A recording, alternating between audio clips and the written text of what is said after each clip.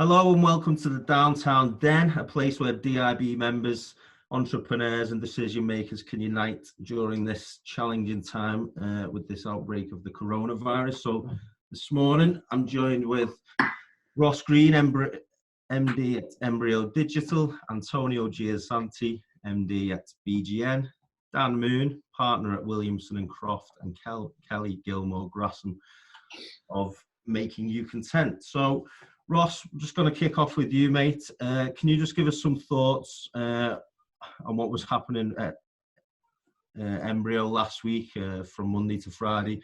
Any changes you implemented from what was going on? Yeah, sure. So we kind of got into the office.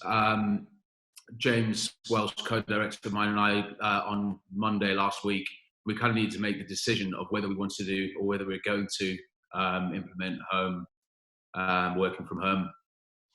We made the decision to do that on Tuesday last week to kind of just get everybody working remotely ASAP. So Tuesday lunchtime, we sent all the staff home to work remotely. We're quite fortunate because we're set up to work remotely anyway. All the staff have got Macs or laptops. We use Notion, which is a really good CRM system. It's kind of a customer relationship management, but also a workflow management system, and Slack as well. So kind of how days are set up at the moment are we meet first in the morning for either a Zoom or a Slack conversation to kind of tee the day up. We book meetings within the team internally for the day, and then we kind of summarize at the end of the day at 5 o'clock. So has that been pretty smooth, the transition so far, have you found? Yeah, the transition has been okay actually, because we were set up on Notion and on Slack and on either Zoom or Hangouts. It's made it pretty straightforward. It was more just kind of getting the telecoms issues sorted out, which we managed to resolve after a couple of hours on Tuesday. Besides that, yeah, everybody's working as they should be. Cool. And Antonio, what about you guys? Is that something you've done? And when did you start? Yeah, pretty similar to Ross, really. So I was away on Monday, but got back in on Tuesday. We pretty much by lunchtime, everyone had gone home. So I think even the week before, we'd started planning, thinking it was coming anyway. So much like Ross, we're all cloud-based anyway, and we were set up for remote working. So that really wasn't an issue. It's more just making sure everyone's happy in their home lives, in their homes. Like, we've got a fairly small team, but the majority of us have got young kids. So the biggest issue has been around not working from home. It's working from home with kids and getting that into people's everyday life situation. So people are having to work, like I'm working 6 till 2. My partner's working 2 till 10. We've got other people in the team who are in similar situations. So we just have to be a lot more flexible in terms of when people are working, rather than it's just not going to be 9 till 5. Just no way of doing that. So at the moment it's fine, and I think over the next week or so we'll probably work out some of the little nuances in that. But yeah, the actual move into remote's been relatively straightforward for us. Yeah. What was you work with a broad range of sectors, but one of the sectors you work with is hospitality.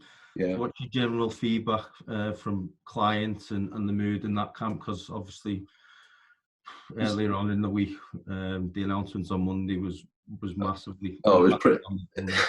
Yeah, it was pretty grim, to be honest. With you're speaking to a lot of people who were at the start of the week were just devastated.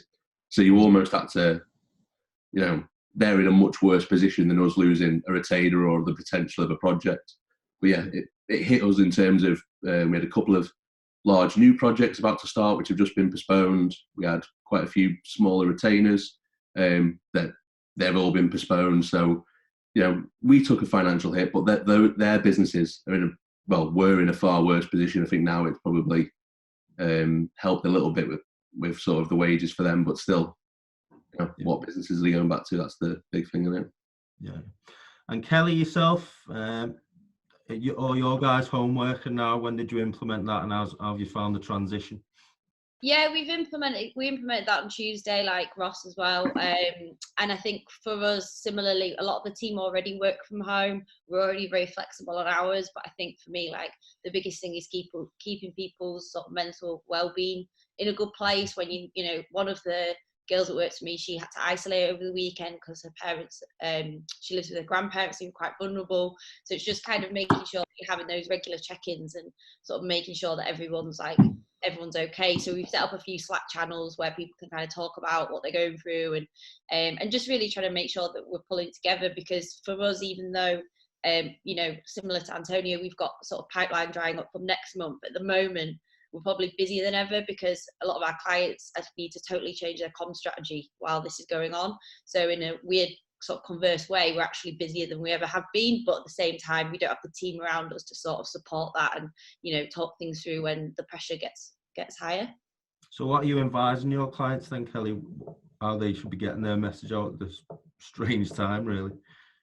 Yeah, well, it's an odd one, isn't it? Because it's just not really an appropriate time for anyone to sell. I think once things have settled down, people will start getting more accustomed to that and finding ways around it. But I think the most important thing that I'm saying to clients is, you know, add value to your network, make sure that you're communicating well with them. And so for that, for a lot of our clients, that's meant just totally postponing what we would have been doing sort of this month and next month and sort of changing that to content that's going to help their audiences and keep them relevant more than anything else. Cool. And Dan, from your point of view, obviously, can you give us some of your thoughts, you know, from a accountancy firm's point of view on the announcements during last week from the Chancellor, and, you know, what are you expecting of him this week? Hopefully this week something more in depth for the self-employed. They have done little tweaks during the last couple of announcements, like stalling self-assessment deadline in January, VAT payments. They're all going to help self-employed, but again, it's more on the regular income side of things. I think the announcements that were made, quite good, but the devil's in the detail. The business interruption loan scheme doesn't look like it's fit for purpose now. The rules have come out today. Whether that's actually going to create any opportunities in the market, I don't know. And general sort of, I would imagine you've been inundated with queries from clients. Yeah, all my job is at the minute phone calls. We're similar to everybody else. We closed last week. Everybody is working from home, but it's just all about more on the community. The comms strategy for us is just adding value to all the clients by getting out there, letting them know that we are here. Yeah.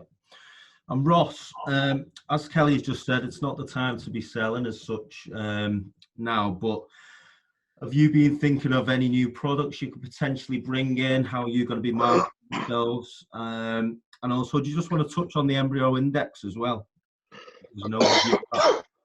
Yeah. For me, Kelly's quite right. It's not the time to be kind of forcing our products or service in front of businesses at the moment. But I suppose for the next week or couple of weeks for us, it's going to be about just making sure that our service and our delivery for our current clients is absolutely spot on.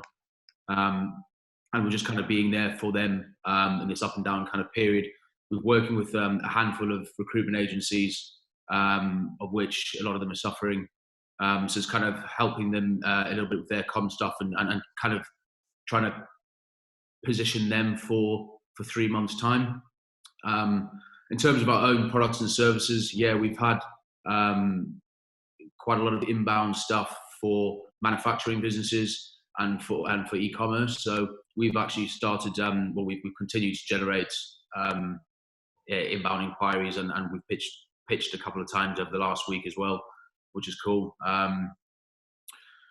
From the Embryo Index perspective, that'll carry on as normal. We're hoping that businesses are going to carry on marketing their companies as normal.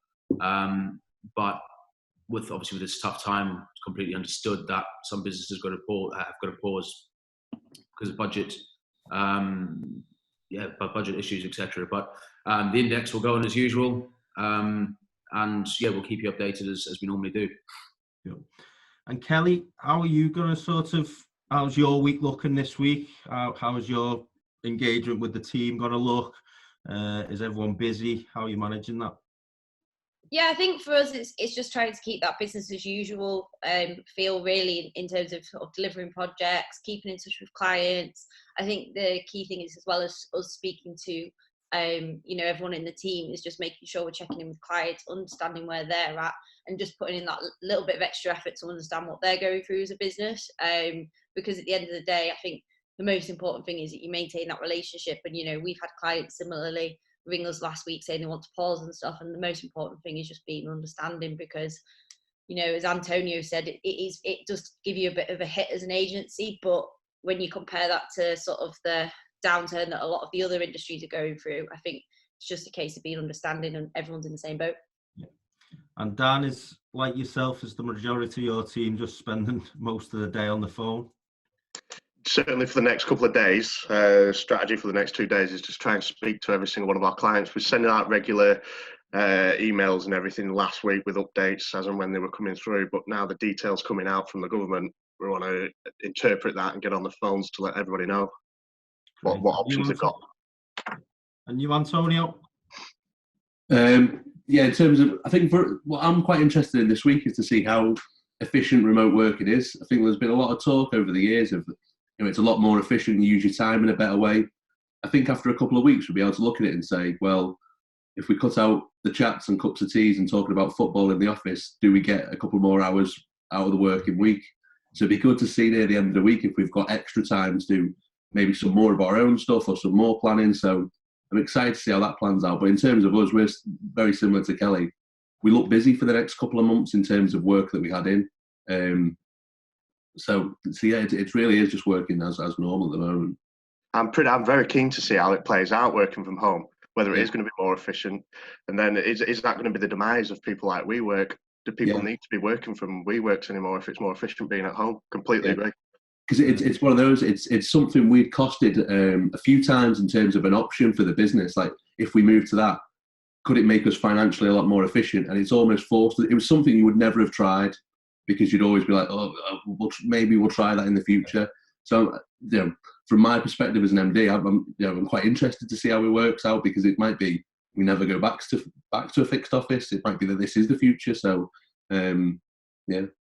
I think the other thing on that as well is meetings. I think we're all of us here are people that have a lot of meetings, a lot of business meetings. And actually what I found personally is last week, all of those meetings moved online, and I actually had so much more time just from, you know, doing those calls over a Zoom call, which might take 45 minutes as opposed to an hour with a cup of tea, cut out the travel to and from. And actually I got a lot more done last week because I wasn't just constantly like running around Manchester going from meeting to meeting, and I didn't have any less communication. I still kept all those dates in the diary, but I think it's looking at that efficiency. And yes, sometimes face-to-face is always going to be better. But I think, you know, when it's just a meeting that could have been done on an email or a quick call, I think it'll help people start to see long term, okay, is that worth, you know, meeting up about it, or is it something we could do over a quick video call? So hopefully that'll be a positive outcome from the whole thing. Yeah, it'll be interesting. So we're going to round up now, guys. So thanks for joining us and taking time out. We are going to try and to spread some positivity during all this. So I'll just run through. Has anyone got any sort of feel-good stories that come out of last week from the business community? Did you see anyone doing anything to give that helping hand to fellow businesses? Kelly, did you see anything? Yeah, so I think a lot of people saw things going around about the Pay It Forward scheme. Sacha Lord and Roland Ransfield sort of flew the flag for that, and then now I think that Soma have just launched a sort of facility for businesses to go and list the vouchers so that people can buy them now to use from May the 1st. So that's really exciting to see. Hopefully people will be starting listing that and then looking for opportunities to go and spend their money now so they can go and enjoy it later, and that will just help keep the hospitality sector to some degree afloat. Anyone else? Any of you guys see anything?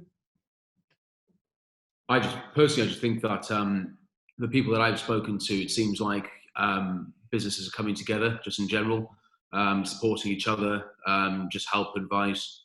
I've spoken to a load of people, and it seems like people are willing to answer the phone and just have a chat. Sometimes that's all people need, is just have a conversation, just to kind of hear what everybody's going through and just offer kind of a helping hand. Yeah, great. Well, on that note, I'm going to wrap up. Thanks for your time. Enjoy the week, and yeah, keep in touch. Thank you.